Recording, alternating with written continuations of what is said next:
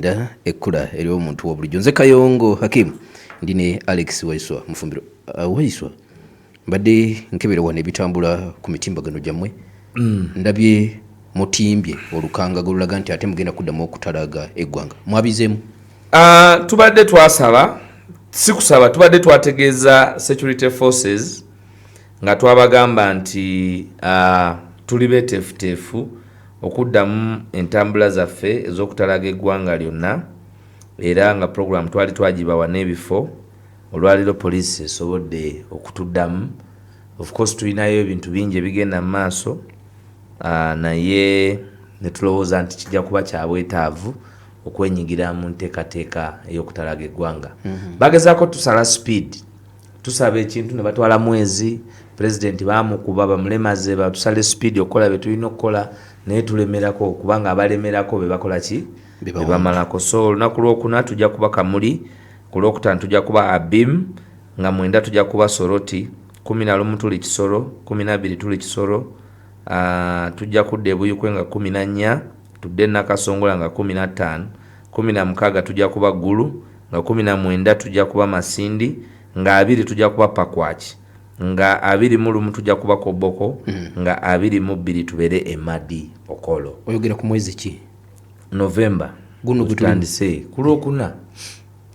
Ku Lwokuna tugenda kuba tutandika okutalaaga eggwanga. Nga tutalaaga eggwanga ku lw'ensonga nti tulina okubonyesa abantu enjiri n'okubabuulira biki bye tuplanning okukola naddala mu mwaka guno ogenda ogwakayise nnyo. Buvunaanyizibwa waffe ebifo bino byonna pulezidenti bamwagala buli wantu wonna mu Uganda. Era tugezaako okulaba nti the message of reawakening the people eyongera okutambula n'okutalaaga eggwanga. So mwe abeeka muli nga 7 Baba tulinimwe, nga 8 Abim, nga 9 Soroti, nga 10 Kisoro, nga 12 11 Kisoro, 12 Kisoro kuba tulinayo by election eya Sultan. So kituufu njagala okutegeeza eggwanga nti okutandika n'olunaku Lwokuna President Robert Kyagulanyi Ssentamu n'obukulembeze bwa National Unity Platform bujja kuba butalaaga eggwanga ku nsonga za Uganda n'enkyukakyuka. Kankule mbwe nti katono tudde munda mu Parliament ebibuuzo nkyabirina. Kanzije katono.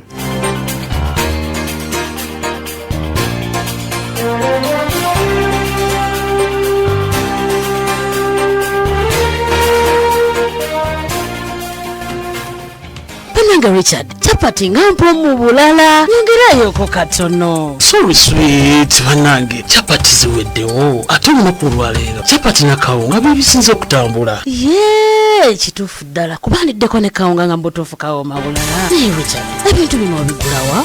Tonowulira ku ngano mpya na kawunga ebya Supreme Flour. Supreme Flour!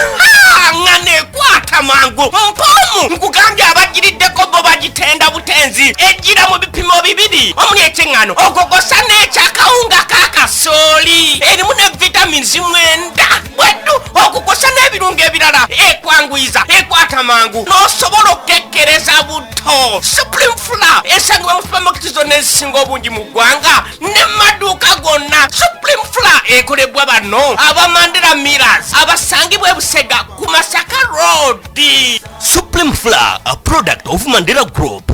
nga twolekera omwezi gw'okumanyisa ebikwata ku halal gwe tuyita Halal Awareness Month. Kozesa omukisa guno okuba bizinesi yo abantu maaso bamanye byokola ne byotunda era bakakase nti ddala biri ku halal ng'olanga ne Part of Africa Radio ku bbeeyi esaliddwako ebitundu 5 ku buli 100. Kati jangu olange bizinesi yo olwo byokola bitambule ng'olanga ne Part of Africa Radio wano ku Old Kampala opposite ne Old Kampala Primary School okulina na House of Zaka. Okumanya ebisingawo kuba ku 0200 926 7 langa ne Pal FM ku bbeeyi esaliddwako mu Halal Awareness Month ne radio yo ekubiriza okutunda n'okukozesa ebyo ebiri halal. Kozesa halal ku lw'obulamu bwo, tunda halali okuuma enkolagana yo n'omutonzi wo ne Pal FM ekkula ly'omuntu wa buli